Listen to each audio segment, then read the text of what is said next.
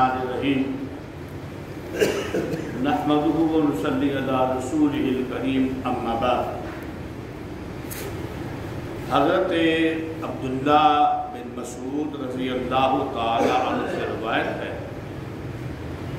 انہوں نے سوال کیا کہ یا رسول اللہ صلی اللہ علیہ وآلہ وسلم، اللہ تعالیٰ کا سب سے پیارا عمل کون سا ہے؟ آپ صلی اللہ علیہ وآلہ وسلم نے فرمایا، وقت پر نماز کو ادا کرنا، یعنی نماز کے اندر بلا وجہ تاخیر نہ کرتے رہنا کہ دکان میں بیٹھے ہوئے ہیں، دفتر میں بیٹھے ہوئے ہیں، گھر میں مصروف ہے نہیں، اور جماعت میں نہ جائیں۔ جماعت کا جو وقت ہے وقت پہ آئیں اور وقت پہ نماز کو ادا کریں۔ دوسرا سوال کیا کہ یا رسول اللہ صلی اللہ علیہ وسلم، اس کے بعد اللہ تعالیٰ کو سب سے پیارا دوسرا عمل کون سا ہے؟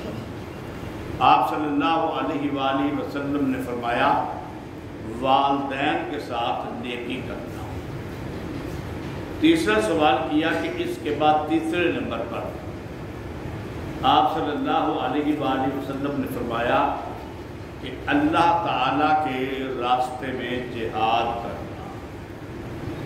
اب آپ اندازہ کر لیں کہ نماز تو فرض ہے، اور نماز کی جتنی اہمیت ہے وہ اسلامی لحاظ سے سب سے زیادہ ہے۔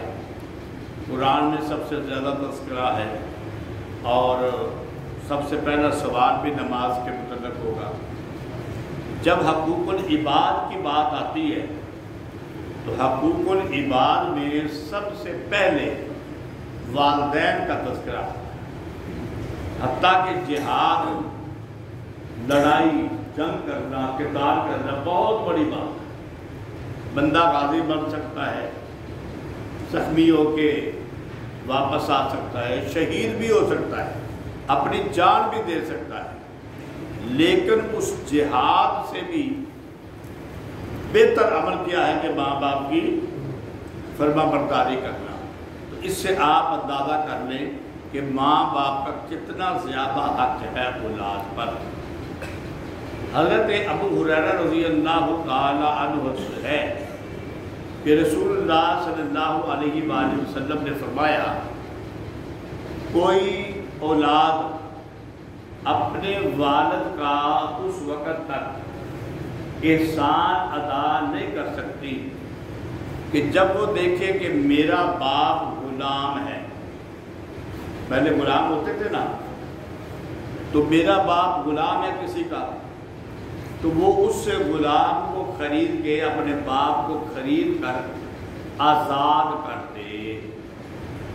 اب اس میں پہلی بات تو یہ ہے کہ جب باپ کو خرید لیا تو باپ اسی وقت آزاد ہو جاتا ہے، کیونکہ باپ بیٹے کا غلام نہیں ہو سکتا۔